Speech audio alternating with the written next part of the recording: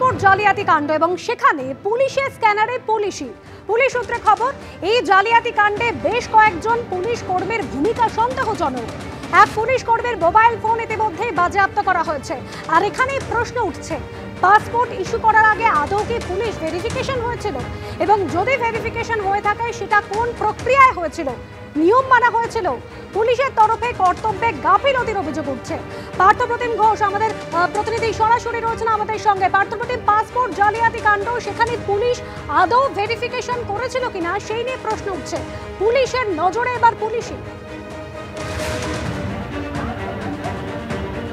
একবারই দেখো, এবারে পাসপোর্ট জালিয়াতি তদন্তে পুলিশের স্ক্যানারের মধ্যে পুলিশই, কারণ তুমি দেখেছো যে এই পাসপোর্ট জালিয়াতি তদন্তে লালবাজার যে এসআইটি গঠন করা হয় সেই এসআইটির সদস্যরা একের পর এক গ্রেপ্তার করেছে এবং 8 জনকে এখনও পর্যন্ত গ্রেপ্তার হয়েছে তারা, এবং এই জাল কত দূর পর্যন্ত বিস্তৃত সেটা কিন্তু এখনও স্পষ্ট নয় তদন্তকারীদের কাছে।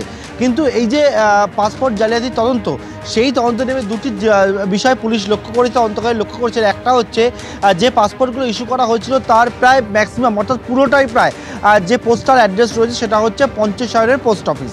অন্যদিকে এক্ষেত্রে যাদের যাই দায়িত্ব ছিল অর্থাৎ পাসপোর্ট ভেরিফিকেশনের জন্য পুলিশের যে একটা প্রসেস থাকে সেইখানে সেই নিয়মকে আদৌ পুলিশ মেনেছিল সেটা নিয়েই একটা প্রশ্ন উঠতে শুরু করে প্রথম থেকে, এবং তদন্তকারীদের কাছেও সেই প্রশ্ন উঠেছে যে সেই পদ্ধতি কি মানা হয়েছিল নাকি অন্য কোনো পদ্ধতি মেনে সেখানে কিন্তু এই পাসপোর্টগুলিকে ছাড়পত্র বা পাসপোর্ট ভেরিফিকেশন সেটা করা হয়েছিল, সেটাও কিন্তু তদন্তকারীদেরকে ভাবাচ্ছে। এবং সেই মতো বেশ কয়েকজন পুলিশ কর্মী তারা কিন্তু ইতিমধ্যে তদন্তকারীদের স্ক্যানারের মধ্যে রয়েছে এবং তাদের সম্পর্কিত বিষয় একটা রিপোর্টও ইতিমধ্যে তদন্তকারীরা তৈরি করে সেটা লালবাজার শীর্ষ কর্তাদের সামনে দিয়েছেন বলে জানতে পারছি আমরা। পরবর্তীকালে কি পদক্ষেপ নেওয়া হয় সেটা অবশ্যই পরবর্তীকালে জানা যাবে। তবে সূত্রের খবর যে একজন পুলিশ কর্মীর মোবাইল ফোন কিন্তু তদন্তকারীরা বাজেয়াপ্ত করেছে এবং বাজেয়াপ্ত করে ওই পুলিশ কর্মীর ভূমিকা সন্দেহজনক থাকায় সেই বিষয়টা খতিয়ে দেখছেন বর্তমানে তদন্তকারীরা। অনুসূয়া, ধন্যবাদ পার্থ। নবান্নে প্রশাসনিক বৈঠকে অনুপ্রবেশ নিয়ে বিএসএফকে সমালোচনায় বিদ্ধ করলেন মুখ্যমন্ত্রী মমতা বন্দ্যোপাধ্যায়। তিনি বলছেন বিএসএফ এর সঙ্গে অ্যাডজাস্ট করে অনুপ্রবেশকারীদের ঢোকানো হচ্ছে। ইসলামপুর, সিতাই, চোপড়া দিয়ে লোক ঢোকাচ্ছে বিএসএফ, খবর রয়েছে, এবং এর পিছনে কেন্দ্রীয় সরকারের ব্লুপ্রিন্ট রয়েছে। ডিএমরা শুনতে পাচ্ছেন, ওখানে বর্ডার আর কালিয়াচক নিয়ে যদি ব্যস্ত থাকেন তাহলে কিন্তু জেলার ডেভেলপমেন্ট হবে না। Please forget that. ওখানে প্রোটেকশন করুন। আর বিএসএফ এর সাথে অ্যাডজাস্ট করে অনুপ্রবেশকারীদের ঢোকাচ্ছেন আপনারা, কেউ প্রতিবাদ করছেন না। আপনারা ঢোকাচ্ছেন না, ঢোকাচ্ছে বিএসএফ। বিএসএফ ইসলামপুর দিয়ে লোক ঢোকাচ্ছে, আমাদের কাছে খবর আছে।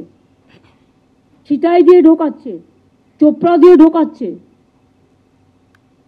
আরও অনেক জায়গা দিয়ে ঢোকাচ্ছে। আর বাংলাকে যদি মনে করে কেউ অনুপ্রবেশকারীদের ঢুকিয়ে আর তৃণমূল কংগ্রেসকে বদনাম করব, এটা তৃণমূল কংগ্রেস করছেন না, এখানে গুন্ডা পাঠিয়ে দেওয়া হচ্ছে। বর্ডার দিয়ে খুন করছে, চলে যাচ্ছে, এই রকম লোক পাঠানো হচ্ছে। এটা বিএসএফ এর অনেক ভেতরকার কাজ। এর মধ্যে কেন্দ্রীয় সরকারের একটা ব্লুপ্রিন্ট আছে। কেন্দ্রীয় সরকারের ব্লুপ্রিন্ট যদি না থাকতো এটা হতো না। আমি যদি দেখি আমার রাজ্যকে ডিস্টার্ব করবার জন্য জঙ্গি হানাকে কেউ মদত দিচ্ছেন, সেক্ষেত্রে তো আমাদের প্রতিবাদ করতেই হবে। সেই জন্য আমাদের প্রতিবাদপত্র যাবে।